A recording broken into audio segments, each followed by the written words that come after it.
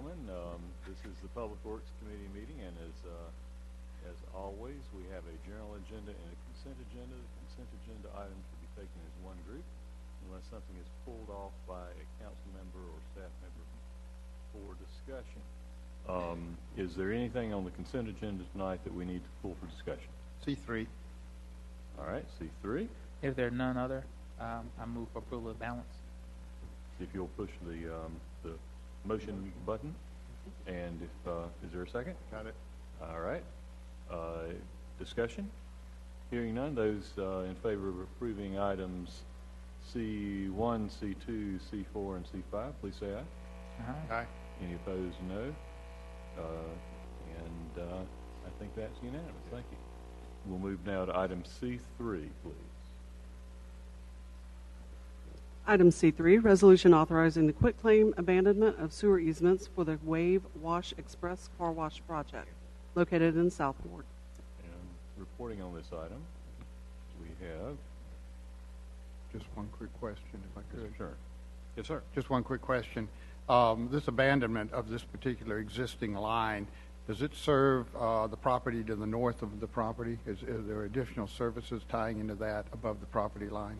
I don't believe so, and if there were, they would also be able to tie into the new line that the petitioner is putting in. Is that, but I believe is that clear, and do the property owners to the north know that they're going to be disconnected and reconnected? I don't think they are part of this.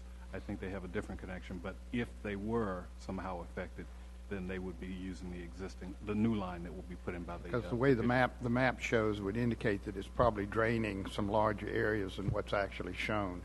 And it seems to be tying into some main sewer lines that are going down Peters Creek and elsewhere.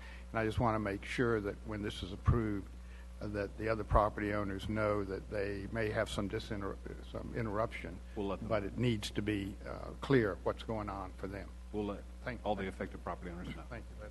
Move approval. Is there a second? Let's get a... Let me get my cigar.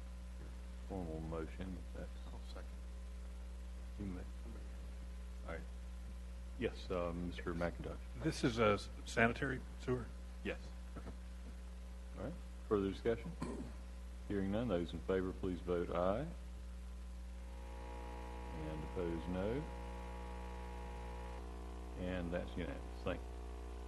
We'll move now to the general agenda items, and item G1, please. Item G1, petition to close and abandon a portion of Viceroy Drive located in the Southwest Ward, petition of Neil Kettner. This item was continued from the November meeting of the Public Works Committee. Let me start this off. This is in my ward, and I had asked for a review of possible alternatives to granting the petition and actually closing a roadway that we may have use for in the long run. Mr. Turner, I understand that you've been investigating alternatives and you have progress to report. We did look at whether whether the petitioner would be able to solicit a variance from the Zoning Board of Adjustment. They would have to be able to demonstrate a hardship in order to be able to do that. It's not felt that this situation qualifies as a hardship. So staff from inspections has met with the petitioner to talk about what their options might include and has recommended that they submit a site plan, that the petitioner submit a site plan for staff to review and helping them to come up with options that would meet their end goal, which was, if you recall, to be able to build a slightly larger building than they can with the road in place. They have options to do that, which would involve building to the north and south more and less to the east. Less to the west. What I would ask under the circumstances is for the committee's indulgence to allow this to remain in committee, and hopefully by the January committee meeting there will have been a satisfactory alternative resolution worked out. Is that okay? All right. Hearing no objection, we'll continue to hold this in committee. Thank you so much. Item G2. Item G2, resolution approving encroachment agreements with Mobilite LLC. Mr. Turner, please. Mr. Chairman, members of the committee, as you recall, about 4 months ago you approved a ordinance that deals with the approval of small cells. And I draw the distinction between small cells and your large cell towers, which you have a quasi-judicial process to approve. This is a process where you have, under state statute, the allowance for setting certain specifications, certain restrictions on appearance and on location that would affect the neighborhood quality, but not to deny access to cell tower locations. The benefit, however, is that it is not a quasi-judicial process. It is purely an encroachment process. And so you have 3 cell tower sites that have been requested for your consideration from Mobilite. They're in 2 different wards of the city, and I'll be happy to answer any questions you have about them. One of the questions I got from Councilmember Bessie earlier today was, are we allowed to request or require relocation of the towers so as to reduce the impacts on adjacent residential properties?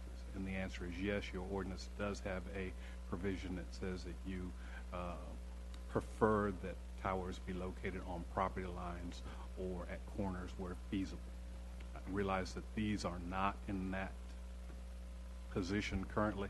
However, in 2 of the cases, there's vacant land adjacent. I think there's 1 location where the adjacent church may have an issue. So be happy to answer any questions you have about the proposal. Just for the benefit of the public who may be in the vast television audience this evening, we're not actually talking about towers here. These are small cell facilities of the size that would be put on a pole that is equivalent to a telephone pole or a neighborhood scale electric utility pole. And in this case, the specific request in these 3 examples is for a wood pole mounted. And what would be the maximum height here? The maximum height is 50 feet for a complete structure and 10 feet above the height of any pole that is placed. But the total height cannot exceed 50 feet. But if the pole is, say, 20 feet or 30 feet tall, it could only be 10 feet above that. All right. And so in this case, in each of these 3 requests, we're talking about a 46-foot high wooden pole with a utility meter, generator, switching gear, remote radio, cabling, and antenna. I have a technical question. Yes, sir. What's the noise production capacity from these facilities? In the normal operation, there would be no noise. If they have a transformer to start to fail, then you could get a transformer hum like you get from a fluorescent light in some cases, but that's a malfunctioning situation, but normally would not get any noise. Okay. All right. Let me let other folks in for questions. Yes, Mr. Montgomery. Generally, as mentioned, in those corner occasions where you have poles at corner streets and those kind of things make sense. The one is in the East Ward, which is slated, at least on the map, to be smack dab in front of the church, is one that I have not had an opportunity to have a conversation with folks at the church, so I don't feel necessarily comfortable to give my amen to it, pun intended. If without having that conversation, but more so in the fact of that specific location being chosen, understanding that it is right in front of, I think, the driveway going into the parking lot of that church. It is right beside the driveway, yes, sir. Yeah. Now, one thing I should tell the committee is that we have an obligation to give a yes or no under the state statute. There's a shot clock that starts running. So if indeed that is an issue that the committee and the council as a whole are wanting to deal with, then you probably should consider that one separately, either reject it or directed it be relocated before your consideration on Monday, and then we can send the appropriate information back to the petition. Mr. McIntosh. These are wooden poles, so the arrays will be exposed. They'll be hanging off them. Yes. Because my impression, at least the examples that we had seen over in Greensboro, were like slick stick poles. That's an option. The neighborhoods that they're proposing have above ground utilities and wooden poles, so I'm sure that's what they would be using here in order to match the character. We have no ability to define what their choice is I don't there. think we can mandate that they use that, but I'll have to go back and really check with the attorneys about whether we have that authority under state statute. It's not in the ordinance, but Yeah, we can and check. that's a big difference, and I guess, as we were discussing it, I don't remember that coming up. My assumption was, because all the pictures that I had been shown, or photos, were of slick sticks. We'll take a look at it between now and Monday. I Wooden don't poles with recall. arrays are a lot less attractive. In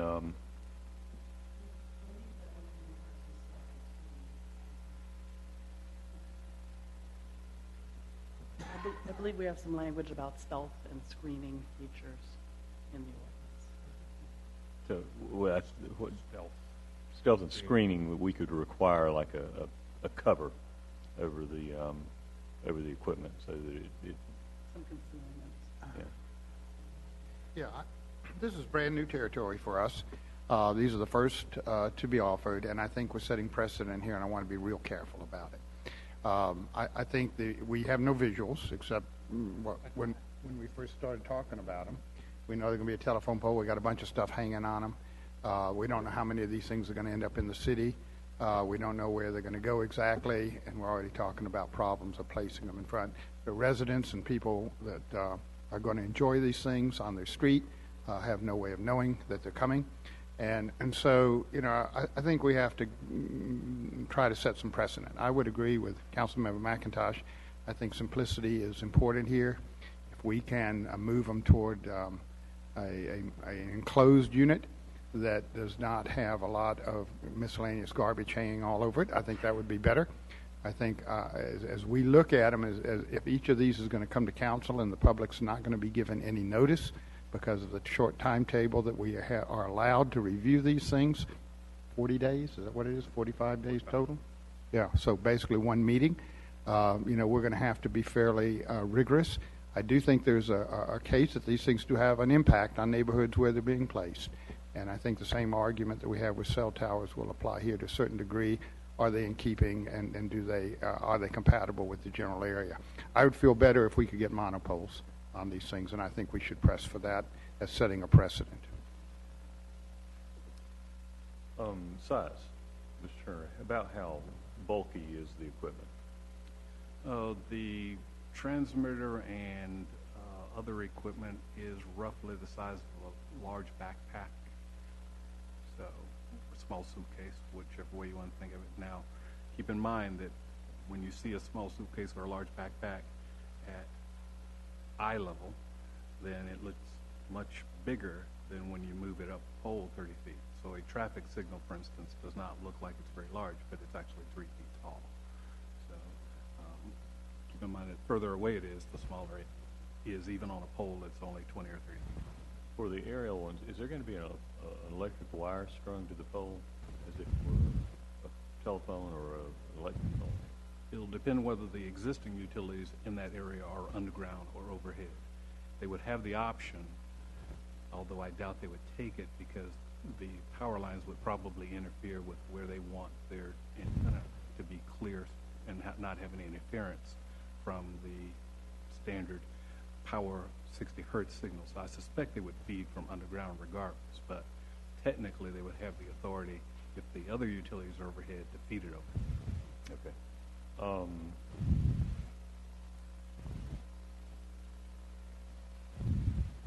My inclination in these cases, we don't have the option of postponing further review. My inclination would be to condition an approval on an appropriate concealment and relocation in two of the cases. I've checked the two in my area, Geneva and Weatherwood. I think the proposed location on Geneva is as good as you can get. There's nothing there. It's a vacant lot. The Weatherwood proposed spot is immediately adjacent to an apartment building, and particularly if there's the potential for noise infringement from a malfunctioning transformer unit, I'd like to see that moved away from the building. It's actually, if you look at where the trees are there, it's actually fairly well screened from the adjacent apartment building just from a visual, but that wouldn't be a noise screen. And it would, you know, at that height, it would be up in the air beside the second story of those apartments. So, my recommendation would be that we move this forward with, or move it down the block conditions for 2 of the 3 sites and reasonable concealment factors for all 3. So clarification, Mr. Chairman, is Weatherwood moving to the west? The west would be good. Okay. We can check the applications too to see if there might be some more information that would be helpful to answering your questions too. Mr. And- McDuff? I'm sorry, Mr. Chairman, just before we move on, Mr. Montgomery, would 11th Street, because Mr. Chairman, you alluded to both 11th and Weatherwood, so do you have a preferred location for 11th Street? I think at the, particularly any of the corners there at north of the current site, so crossing over Highland, right To the at west that. also? Yeah. Say again? To the west also? North, is that was north? and west. Toward Highland? Yeah, towards Highland. Got it. Yeah. Okay. Yes, Mr. McDuff? Keep west. It seems like it would make sense going forward to, Yeah, easy place. when, from a process standpoint, I don't know really how this works since this is our first go-around. But it seems like it would make sense to limit these in areas that already have underground utilities, to not allow them to do overhead connections. So If the utilities are underground already, right? they cannot put in overhead utilities Okay. under existing city policy. Okay, good, all right. And we'll see if we can't provide more information, I guess, in the, with the item too, in terms of what it looks like and so forth. With the application, I think they submit some more information that you all. When it goes to council on third, if it goes forward to council. If it gets full. Yeah. Like, you know, if we don't send it forward, then the request as made is defaulted in, so Exactly. we need to take an action in some manner. Would that be a satisfactory motion, and if so, would someone kindly make it? So moved. I did. Okay. The motion is as Chair Pepsi described. Thank you.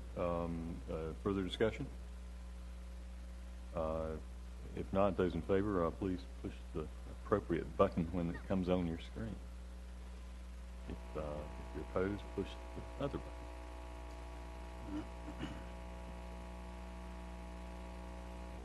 All right, that's approved, and that'll move forward with those conditions on Monday night, and if staff can get back with the applicant. We'll let you know if there are issues. Yeah. on that Monday.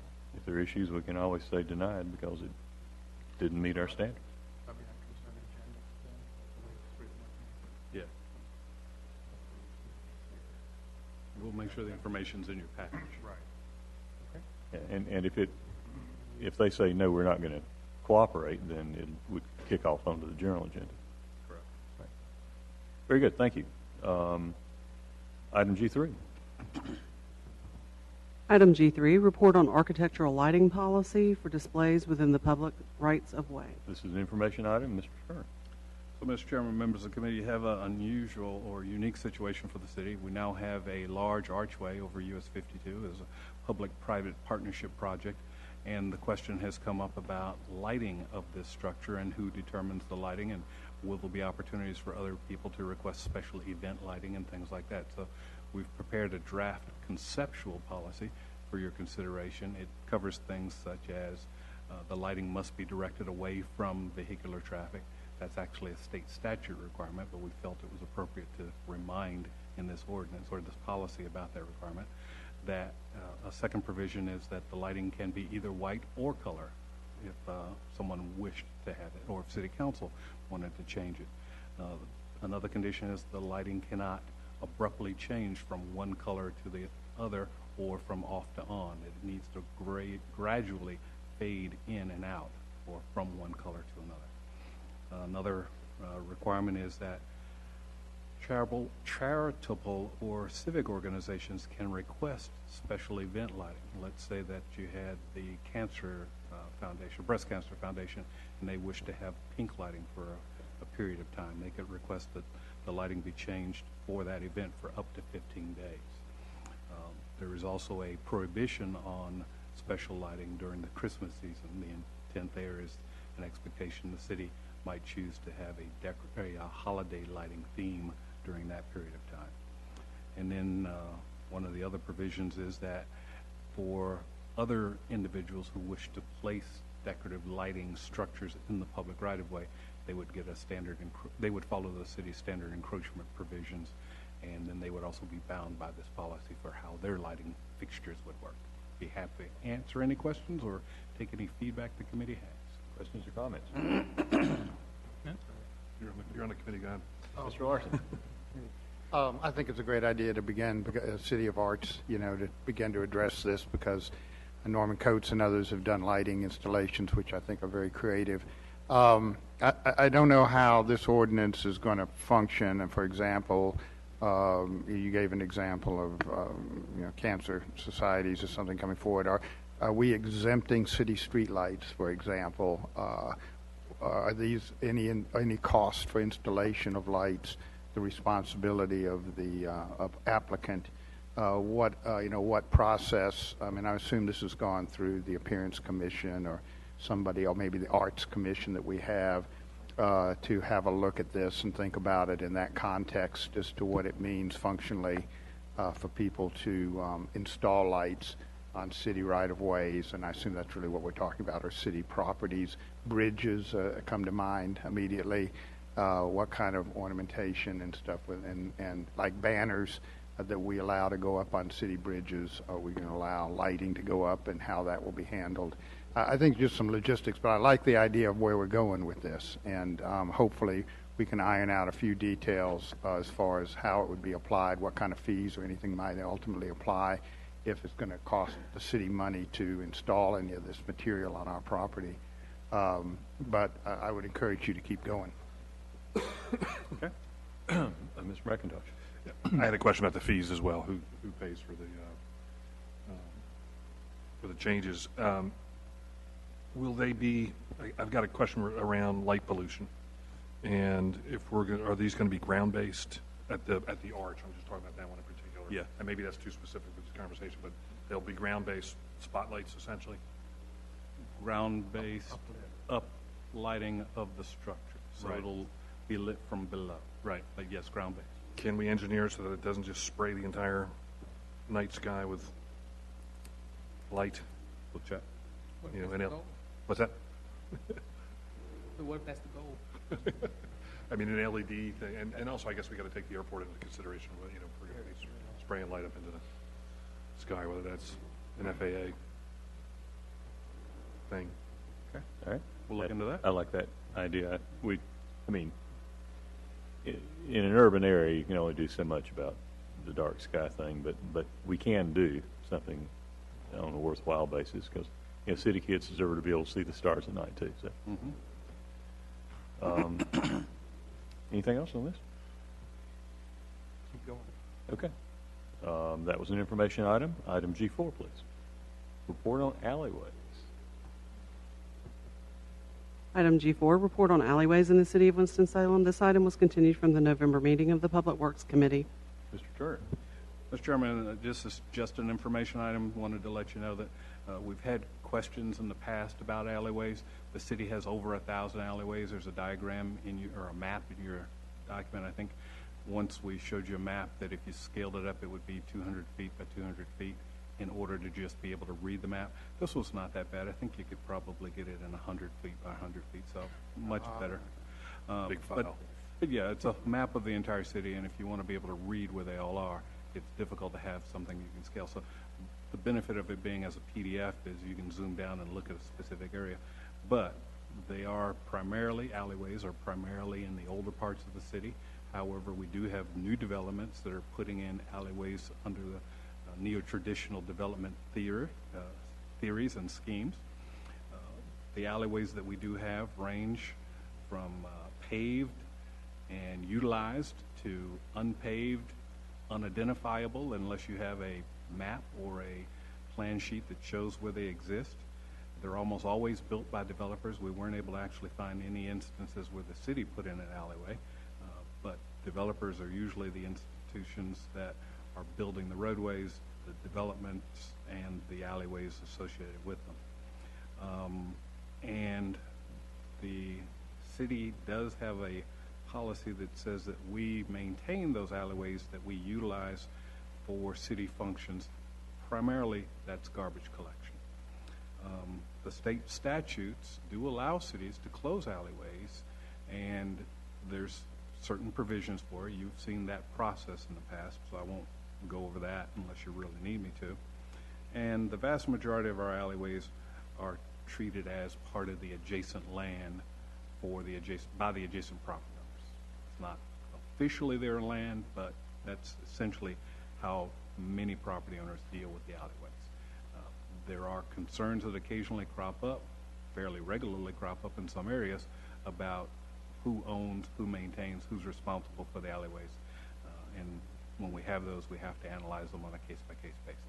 I'll be happy to answer any questions the committee has regarding alleyways in general. Questions? Mr. Larson? Oh, Mr. Montgomery, please. Not so much as questions and comments in reference to the alleyways. With the challenges that we do have in some areas where people wonder, well, all the growth that's in alleyways, what do we do with them? And believing that the city should come and trim the trees in the alleyways or come and deal with certain things in the alleyways. How we properly articulate that responsibility to whom and to what that responsibility actually exists. A couple problem areas, particularly in one neighborhood that I'm aware of, where the alleyway has been a source of problems, where people utilize the alleyway to commit crimes in essence. Because most of the properties, that almost all of them except for two, their fences come and stop right at the alleyway. So therefore that area is kind of creates its own again alley that's there and constricted from view from a lot of things. And as long as it exists in that manner, it does contribute itself to be a place where some things can happen. So one thing I wonder about, because of the areas in which we don't maintain and we do not plan to maintain, whether or not we go to a place where we would suspend in some period of time the fees that we have for people to close them in order to get people to take responsibility for it. So if there's areas and someone wants that area, then for a period of time we open it up, we're suspending the fee to do so in order to get someone to be actually responsible for it and not as a community asset to be dealt with. And I know sometimes in instances there are other challenges that may arise to prevent that from happening, even when we close them, where you have water mains and things that come through and connect to properties. Because I know for some, there are turnoffs in alleyways for connections, which may present some issues. But that's just one thought in terms of some areas where you think someone should come out and cut it. Well, normally there's $1,500 fee for the next 30 days. Well, 16 minutes, 18 minutes. 3 days. 3 days, you got it. But for whatever time frame makes sense, that if you want to apply for that, then the bar is lowered to be able to give someone some responsibility to say, you can cut it all day long now. Is there any legal problem with Moratorium. a holiday period on? But I don't think so. I mean, we've actually done it with parking tickets before, where you kind of, if you pay the baseline parking ticket, you don't have to worry about the penalties at the end of the period. You know what you're talking about. I guess the only problem is the $1,500 is to cover the cost of publication. So that means that cost will be more. Like Right. Mhm. So, Well, that's for the public hearing for that. Yeah, the advertising.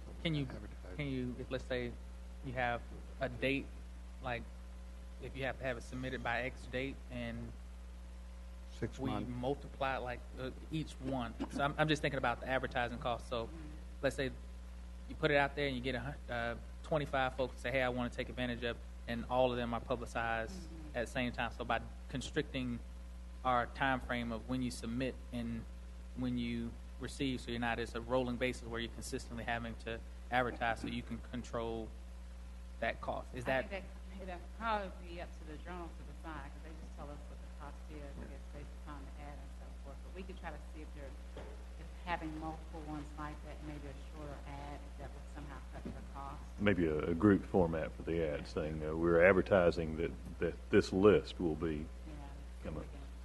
Cut that. And one other thing, we do have staff time that has to go into checking and make sure there aren't utility easements that would be impacted. So I would worry about sort of waiving fees altogether. But Mr. McIntosh, you all? Could you require notarized signatures of all the abutting property owners to do away with the advertising? I don't think so, because the ad is by statute. That's state. Yeah. Yeah, I'm pretty sure that's in the statute. That's the fiercely contested subject matter of recent legislation. The other challenge, Mr. Chairman, is you know that the neighbors would have to agree because it's half and half. Yeah. Mr. Larson? Yeah, this has been one of my, like water lines going across private property, is one of the issues that I think haunts the city landscape.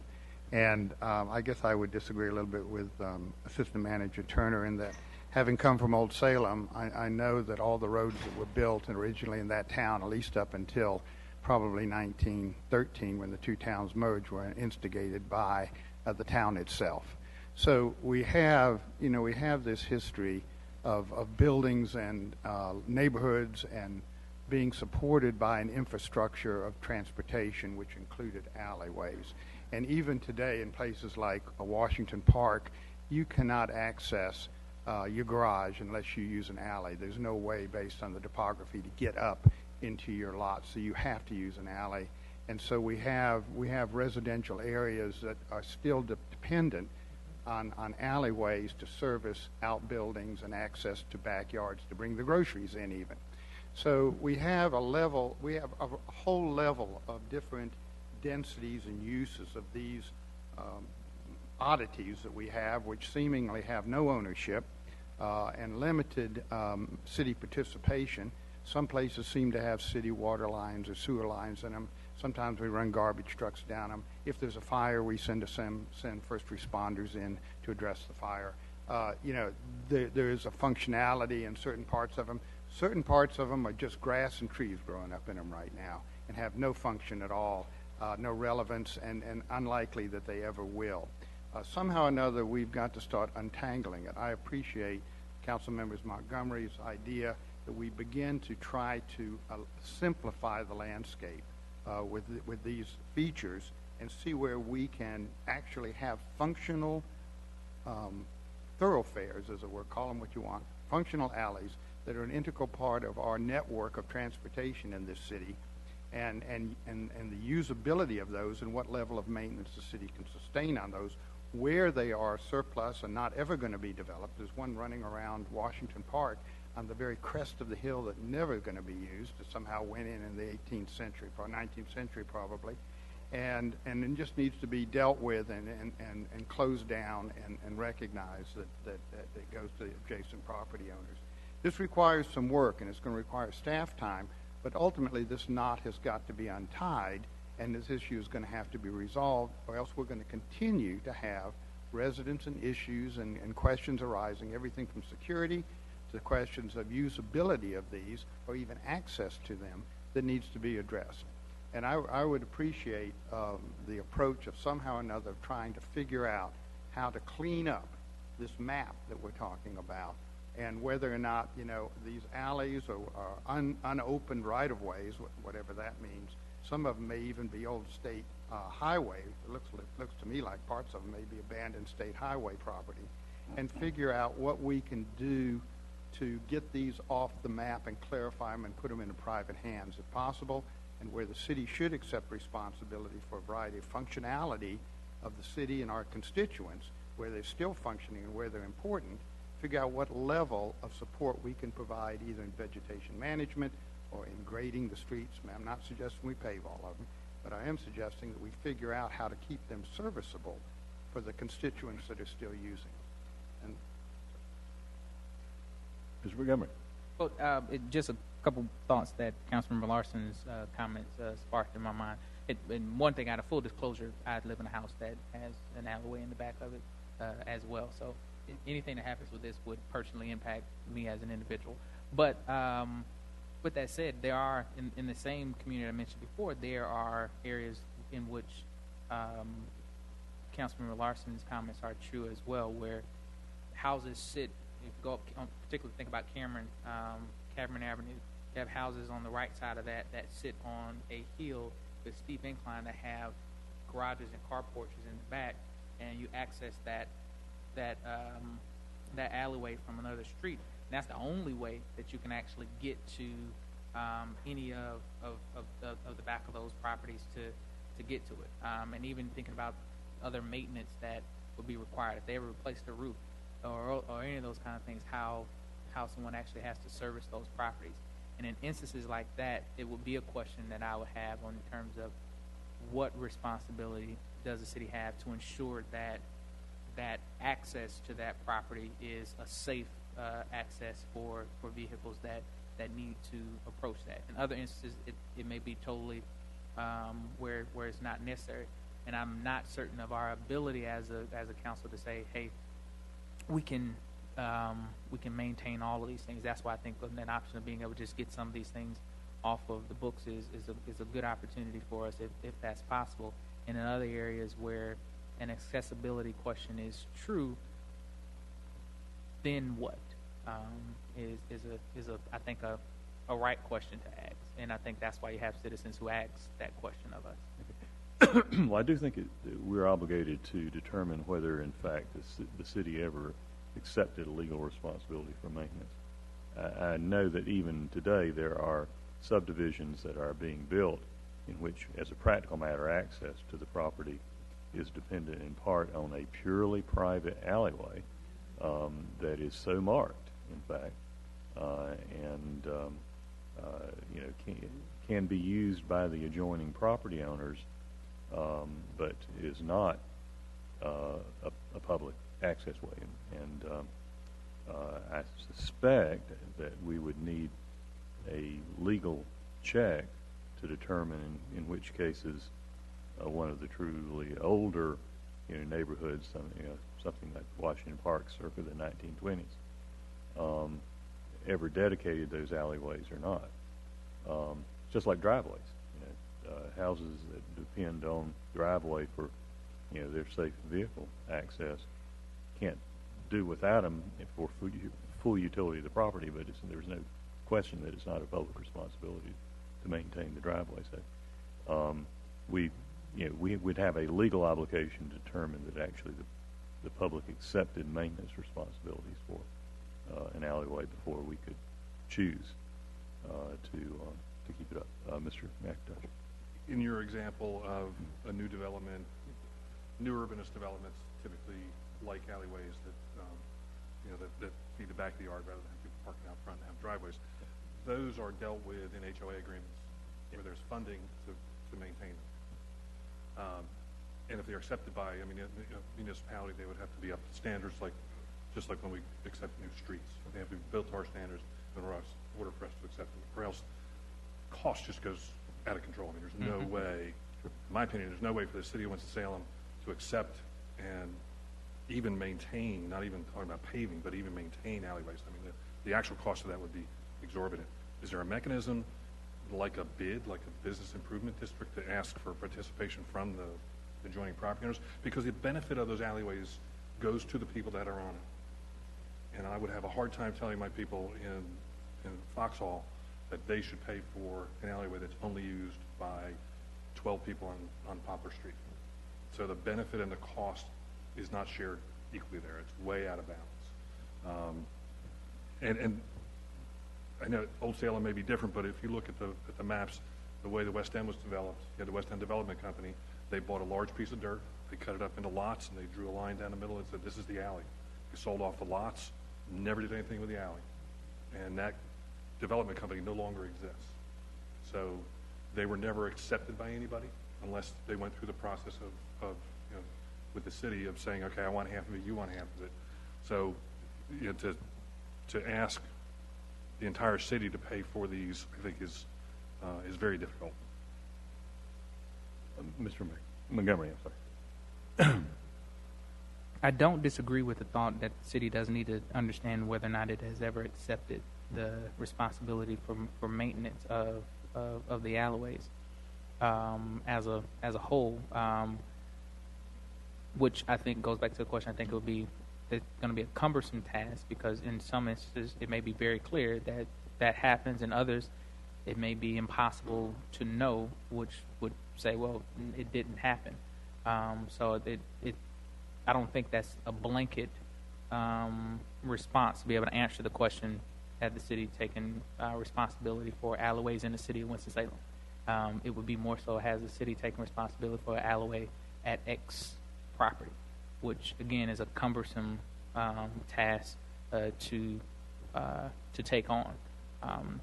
And with that said, it begs the question, is that a task that we want to tax staff to do? Because again, I think that would be a tremendously cumbersome task for every single alleyway to ask and answer that question.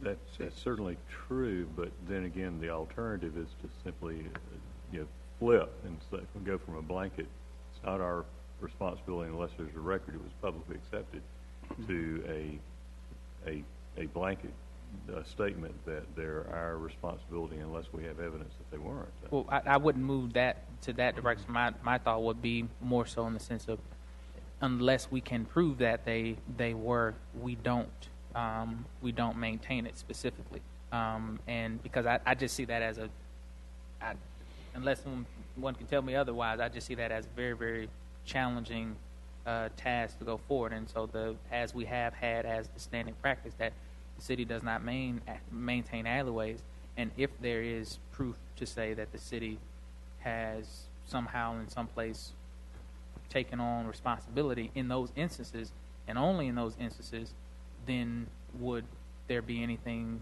further to talk about that? And that would, again, should be the property owners that benefit from that responsibility to prove. Okay. Mr. Larson? Yes, we're assuming guilt without proof. As far as I know, there's no documentation one way or the other as to how these alleys, individually or specifically, were created. We have some general discussions about developers and whatever, but I think it's anecdotal. Second of all, we have no ordinances or anything in place that says the city will not take over these alleys. It's been an assumption and an operating aspect for decades, but I don't know, and maybe the attorney's office has found an ordinance or a statement by city council that says alleys are not the responsibility of this municipality. Am I correct on that so far? We haven't found an ordinance, but there's a process by which the city, just like streets, would accept the alley. Well, I'm saying, but in 1913, when the city of Winston-Salem was established and adopted a ordinance which created an infrastructure of sewer, streets, what have you, somewhere in all of that, we have not found anything that says alleys are not part of that infrastructure. And nor from that time on have we found anything that says, other than what we're saying today, is, well, we don't do that. What we're saying is nobody owns the alleys, so they're no man's land. And what we're also saying is that we're not going to maintain them, and yet we sort of operate off of them, and people, our constituents, sometimes use them and sometimes they don't, and some of them have been abandoned, and we just drift along with that. And I don't think that's acceptable city government, actually. We have a problem, and it needs to be resolved in some way or another. Now, if we're going to say, that these are all going to be private, and we're going to turn them over to the individuals that live alongside of them, and we're willing to do that, and then they want to form a bid or they want to do something else to maintain them as their private driveways, but right now they don't own that land. And so they're reluctant, obviously, to pay money on it or what have you else. I mean, so my sort of thought is, we need to, first of all, try to get our hands around what the problem is. Right now we have abandoned land. I think we would all agree that we can probably get rid of that, and we should. Put it back on the tax rolls. Give it back to the individuals. I don't care, but we can clean it up and be done with that whole aspect of it, unless there's a compelling reason from a transportation department to maintain these as right-of-ways.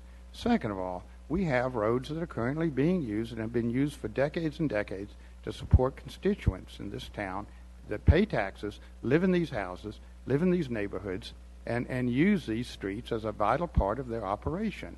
And yet we are saying it's not our problem. And Mr.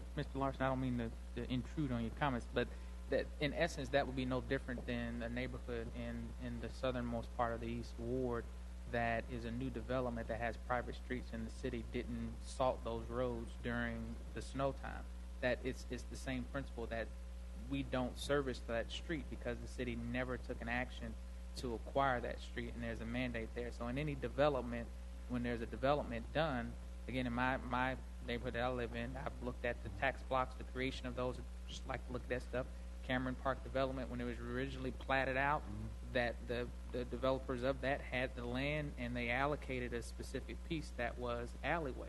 And so unless, what Mr. Bessie says, unless the city at that point took ownership of that alleyway, then there's not a compelling reason why the city should be fiduciarily responsible for the alleyway. My thought is, I understand and agree, but it still presents an issue for us. And that way to alleviate that issue is to, one, only on a case-by-case basis say, if we can prove that the city took ownership of that, then there's a compelling reason to say, hey, we should do something with it. And then on the other side, if not, does the property owners do they want to take ownership of it, and can we incentivize that process of taking ownership? But it'd be this, I think at that point, if we did that, we'd have developers who can argue in these developments that the city should just go ahead and take over the private streets because we just should. And because those would be counted, I think, the same way from the infrastructure standpoint, if we're calling it a transportation or a road. So it's more complicated than I'm not denying it's complicated, and I'm not denying that modern developments have specific considerations that have been approved either by council, planning staff, or somebody else that imposes how they were received or what they're received in the city. We're dealing with infrastructure that's put in place largely in the first decades or so of the 20th century, and nowhere have I seen any documentation that says the city does not have responsibility of some sort for these. We don't know, attorney, if you can show me that ordinance that says the city is not responsible for alleys, I would love to see it. If not, then we doesn't say we're not responsible for the road until we say we're responsible. Well, yeah, but when the city is established and there's an infrastructure that's in place, who says that infrastructure, that alleys are not part of that infrastructure? I think we have one of our staff attorneys who's trying to answer your question, Mr. Larson. Go ahead, please. Yes, I guess I would just caution that before we try to exercise any kind of dominion over an alley, we would need to establish that we do indeed have some right to do so. So whether there's been an offer of dedication and acceptance, or whether we have acquired a property interest in some other manner, if we try to assert control over an alley that is indeed private, there might be an eminent domain issue. So we have the right to sell the alley, but we just don't have the right to own it. We don't. We don't. No. There are a few issues that are as well recorded and litigated as property ownership transfer. Okay, and there's a well-established historical record of who owns what and why and when it was transferred. There's probably no better recordation of history than the transfer of property.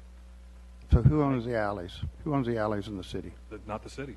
Who owns the alleys in the city? Nobody. There's no developer, and a lot of times the developers... Nobody owns the alleys, is what you're saying. Well, not the city. I'm not saying nobody owns them. No, wait a minute. I want to know who owns the alleys and who's accountable. yes, so if there's a developer who recorded a plat, and there's no indication on the plat that the alleys were intended to be dedicated to the public, and if you look at subsequent conveyances deeds out, and they don't refer to the alley as public, then you haven't established the necessary intent to offer the alley for public use or to dedicate it to the city.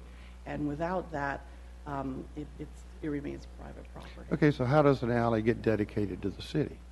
So there's several ways. If I One- have a bunch of people in Washington Park who are dealing with alleys every day and complain to me 3 times a month, you know, how do we address that concern? They can do a private agreement amongst them to maintain it.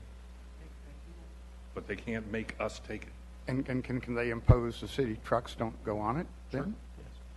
Yep. So the garbage trucks will have to They can carry say the only, garbage? only the people who own the property can go on it. It's their property then. They accept it. For example, I think this is the 1920s equivalent of what, you know, happened in a neighborhood that I represent in the 1970s. There was originally a homeowners association. It had some common property. The homeowners association, as a practical matter, went defunct. Nobody pays the taxes on that little piece of property. It's not city property. Periodically, people complain grass isn't cut there, but it's not the city's property. And for us to unilaterally declare that it is city property and therefore we have to take over maintenance would be illegal. We'd have to pay just compensation for the Yeah, maintenance. and the question in that case would be, to whom do we pay? Exactly. You know, a more recent example, another subdivision that I represent, smaller, you know, that was developed in the 2000s, and it still has an active homeowners association that takes care of the mowing and maintenance of that common area. But if it ever goes belly up, then that's going to be a major problem for everybody on that street, because it's a big chunk of property behind everybody's house. But again, I can't, you know, justify asking all of my constituent taxpayers to take over the maintenance costs of that common area because the homeowners association had gone defunct. In this case, it hasn't, fortunately. But, you know, sort of, the city is full. All cities are full. And I think that's why the law allows, because of that problem, the law allows the ability to close because of the fact that there is, in essence, no one there. And so thus the ability to close and advertise. So if you want to object, you have the ability to do so. If not, Let me inquire here, because I think that's a key point. If we have never accepted public responsibility for an alleyway, do we then have the authority to close said alleyway? I'll be happy to answer that. There is language actually in the statute that allows for closure to indicate, yes, you can do that.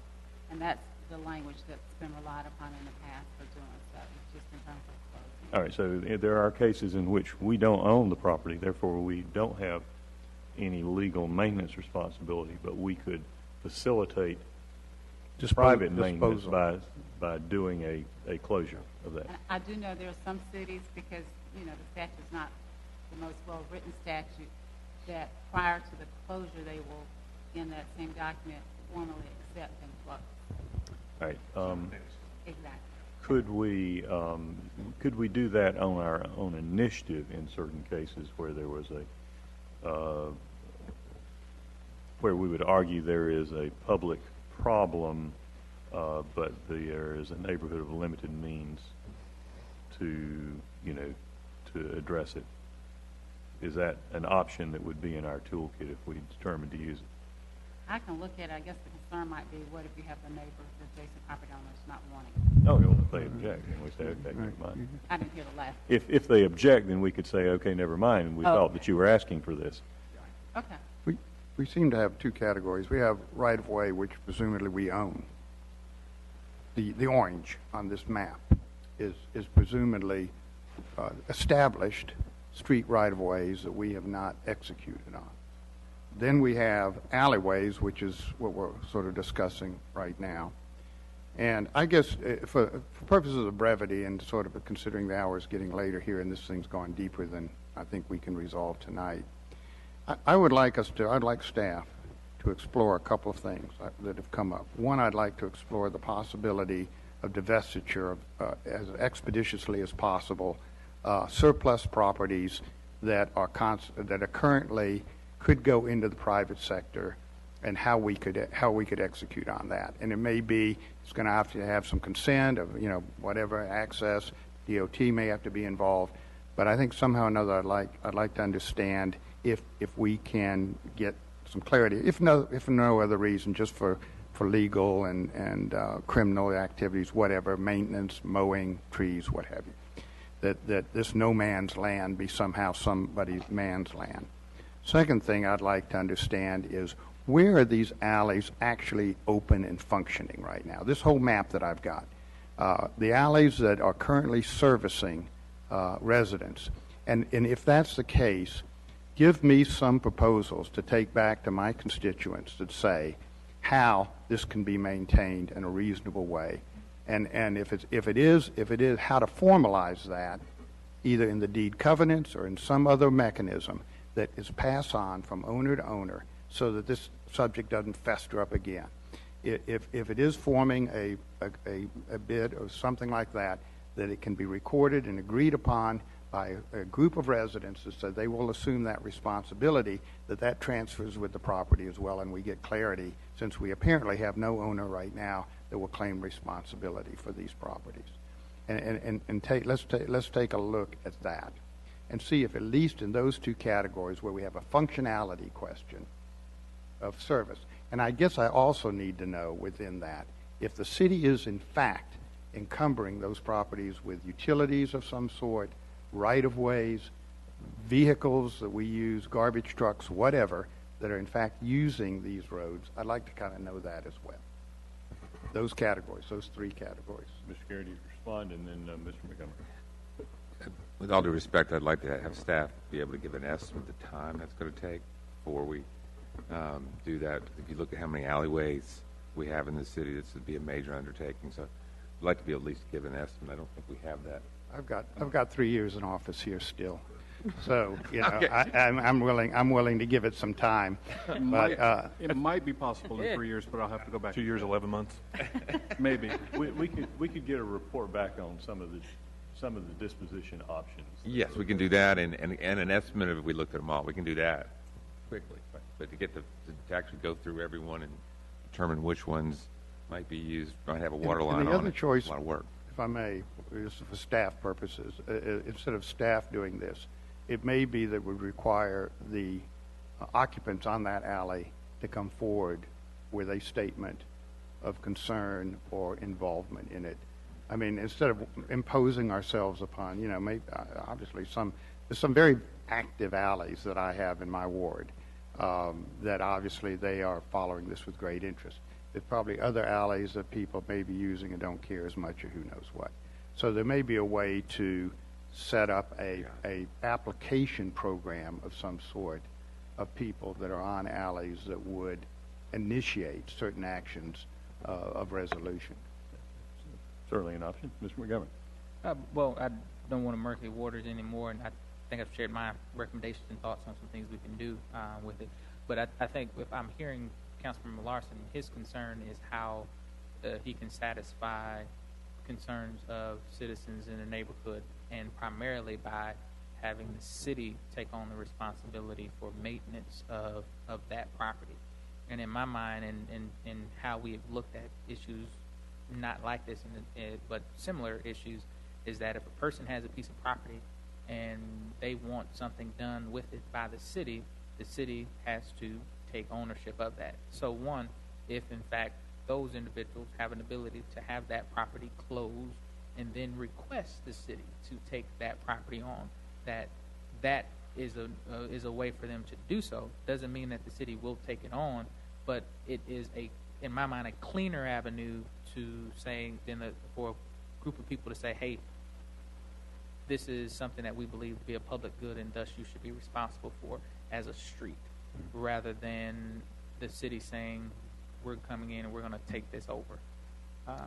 And, those folks are conveyed, and it may be a single action that, it's closed and they sign something else and say, hey, we want you to take this over, and that's something that is reviewed by the city and accepted or rejected. And like we would do with other street type of streets. And if we can address that as an option. in the Different report. options. Okay. Different options. Mr. McIntyre. I am 100% in favor of getting ownership of alleyways to private citizens that abut them. I think that's a very good goal.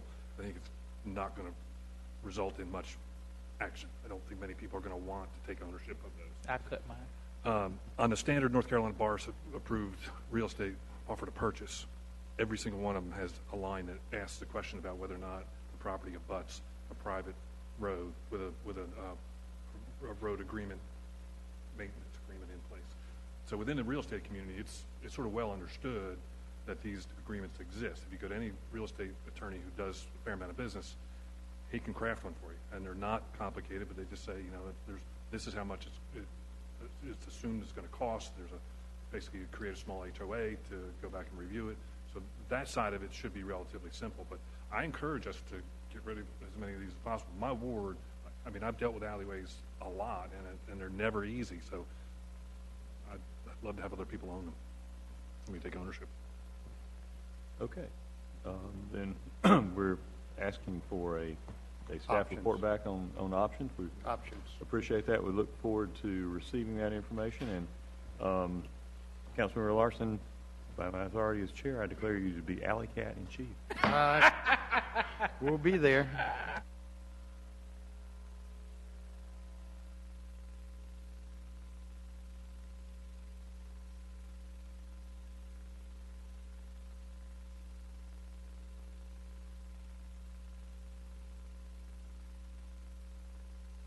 Reports. Brief report. Brief report on the